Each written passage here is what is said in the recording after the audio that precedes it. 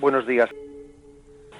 La segunda imagen que Jesús mismo utiliza en el momento de darle esas llaves del reino, pues es precisamente esta, la de las llaves. Tú, Simón, eres Pedro, a ti te daré las llaves. Bien, es importante que meditemos sobre el significado de esa imagen de las llaves del reino. La entrega de las llaves significa algo mucho más importante, algo mucho más profundo que esa designación como portero, portera de una casa, que muchas veces hemos hecho pues un poco de guasa y chistes sobre que San Pedro es el portero del cielo.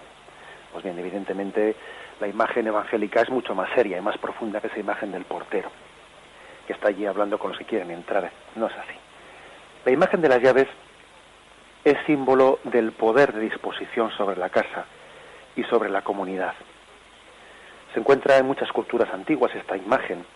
Quien tiene las llaves dispone del acceso a la casa. La entrega de las llaves pues significa la entrega del poder. También cuando hemos visto pues un cuadro como el de la rendición de Breda, etcétera, vemos la entrega de unas llaves. La entrega de unas llaves es signo de la entrega del poder sobre esa ciudad.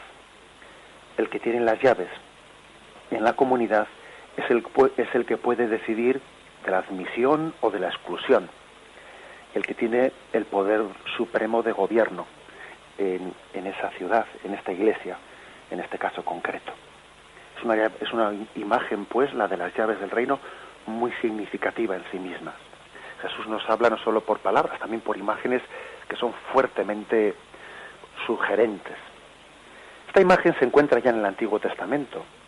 Si vamos a Isaías capítulo 22, versículo 22 y siguientes, Eliaquim es elegido sucesor oficial del infiel Sebna, y dice así el texto: sobre sus espaldas pondré yo la llave de la casa de David, de tal modo que si él abre, ninguno podrá cerrar; si él cierra, ninguno podrá abrir.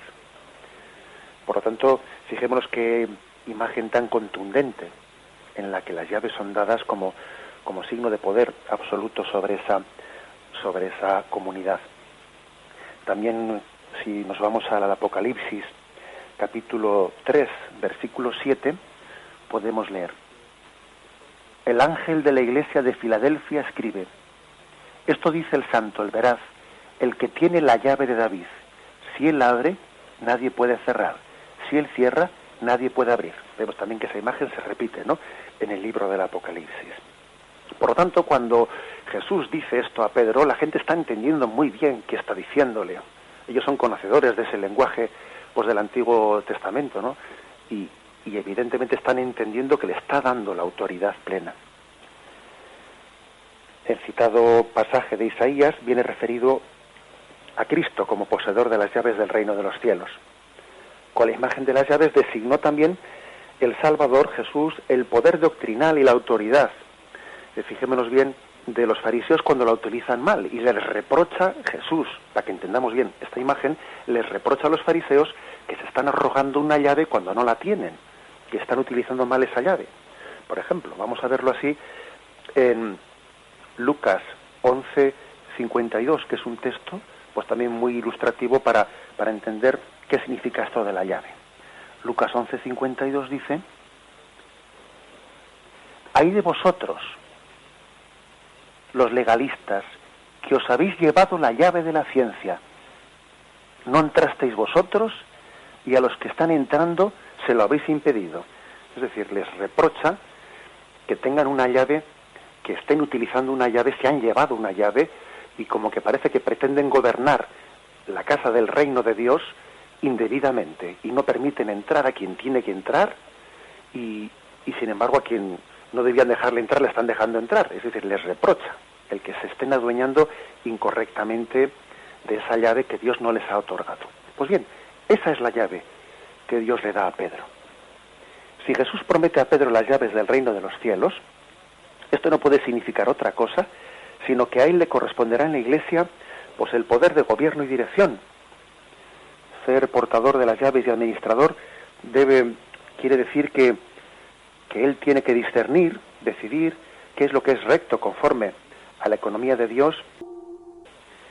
Este texto que estamos hoy comentando del Evangelio de San Mateo, a ti, Pedro, te darán las llaves del reino de los cielos, es un texto que lo que hace es confirmar el hecho de que en los Evangelios pues la figura de Pedro aparece con una figura de primacía sobre el resto de los apóstoles. De hecho, hay una gran diferencia del número de veces que es citado el nombre de Pedro sobre el resto de los apóstoles. En algunos estudios se recoge que el nombre de Pedro es citado 140 veces y el apóstol que le sigue en segundo lugar pues es San Juan con 40 veces. Como vemos, una gran diferencia entre las 140 y las 40 veces en las que es citado el apóstol San Juan. Hay pues una primacía. Pedro representa a la hora de responder al resto de los apóstoles, tiene una primacía otorgada por Cristo y reconocida por el resto de sus de compañeros en ese colegio apostólico que Jesús instituyó. Pero ¿qué significa esto de la primacía? Porque es que a veces nosotros lo entendemos mal, el mundo lo entiende mal. Muchas veces el mundo se piensa que eso de la primacía es, pues eso, no un chollo. Tú fíjate que debe ser eso, ¿no? De ser alguien tan importante, de ser alguien que todo el mundo esté en torno a él, ¿no? Que todo el mundo le esté coreando, que parece que puede llegar a tener pues el ego subido, ¿no? A veces el mundo entiende, los hombres, entendemos que la primacía pues es una especie de privilegio que un hombre tiene, ¿no? Que puede llegar un poco como a pues eso, a embriagarse en su propia gloria. A veces el mundo lo entiende así. ¿Qué es la palabra? O sea, ¿qué significa esa primacía que Jesús le concedió a Pedro? Yo creo que para entenderlo hay un texto hermosísimo que os invito a que escuchemos y a que meditemos un poco y veamos luz en él. Es el Evangelio de San Juan, capítulo 21, versículos del 15 al 19. Es prácticamente el final del Evangelio de San Juan, en una de las apariciones pues que Jesús resucitado tiene a sus discípulos.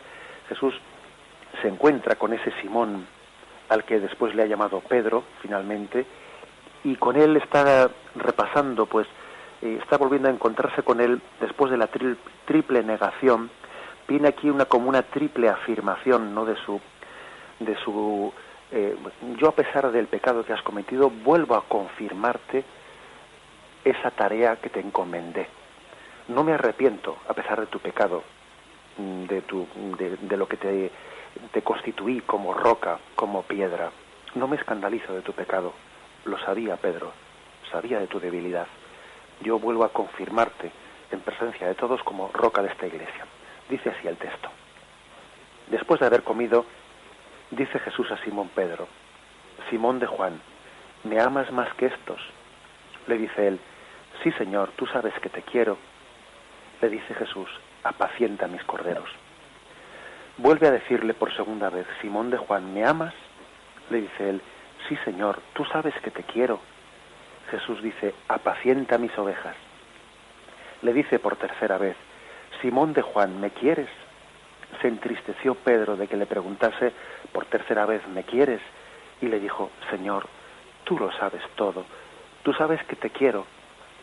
Le dice Jesús: apacienta mis ovejas. En verdad te digo, cuando eras joven, tú mismo te ceñías e ibas a donde querías. Pero cuando llegues a viejo, extenderás tus manos y otro te ceñirá y te llevará a donde tú no quieras. Con esto indicaba la clase de muerte con que iba a glorificar a Dios. Dicho esto, añadió: sígueme. Pues bien, fijaros qué texto tan hermoso para entender lo que es la primacía, lo que es ser primado. Vittorio Messori, un famoso periodista italiano especializado en la información religiosa, echaba mano de este texto para recordar esos años, ese testimonio maravilloso que nos dio Juan Pablo II en los años últimos de su pontificado, en los que nos enseñó gráficamente qué significa esto de ser primado. Cuando ya Juan Pablo II no podía moverse por sus propios medios, cuando era llevado prácticamente en un carro que era desplazado con unas ruedas que no era exactamente una silla de ruedas, pero era muy próximo a ello, ¿no?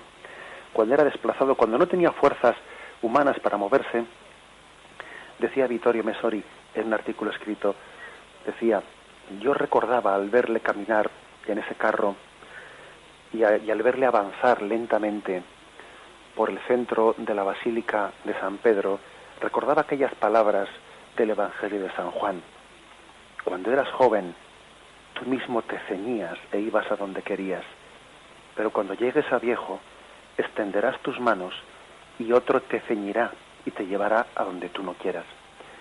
Es decir, la primacía no es hacer lo que a uno le dé la gana, la primacía no es buscar la comodidad, la primacía no es buscar pues la situación de poder, no, la primacía es ser el primer servidor, aquel que se ponga a disposición de todos, el que quiera ser primero, que sea el último de todos. Y cuando mucha gente, por ejemplo, clamaba sin entender nada, ¿no? ¿Y este hombre por qué no se jubila? Porque no, pues precisamente porque quiere ser el servidor de todos y el último de todos, porque primacía significa servicio, olvido de uno mismo, darlo todo por los demás. Si no tuviese la primacía, pues podría jubilarse. Si no tuviese la primacía, pues podría decir, ya basta, ya me jubilo como todo el mundo. Pero como tiene la primacía, precisamente Dios le pide el sacrificio de darlo todo hasta el final, porque es el primero en servir, porque Cristo le ha enseñado qué es ser primero, es la crucifixión hasta la entrega última de nuestra vida. Eso es ser el primado, eso es lo que Cristo otorgó a Pedro. Tú, Pedro, eres el primero, pues tú darás tu sangre por los hermanos como yo la di por todos. Que Dios nos conceda grabar en nuestro corazón el sentido de la primacía y que también cuando queramos ser primeros en nuestra familia, etcétera, sea en este sentido y no en el sentido carnal, que es muchas veces es el que nos arrastra. Tenemos también para continuar en otro rato de reflexión. Gracias por todo. Alabado sea Jesucristo.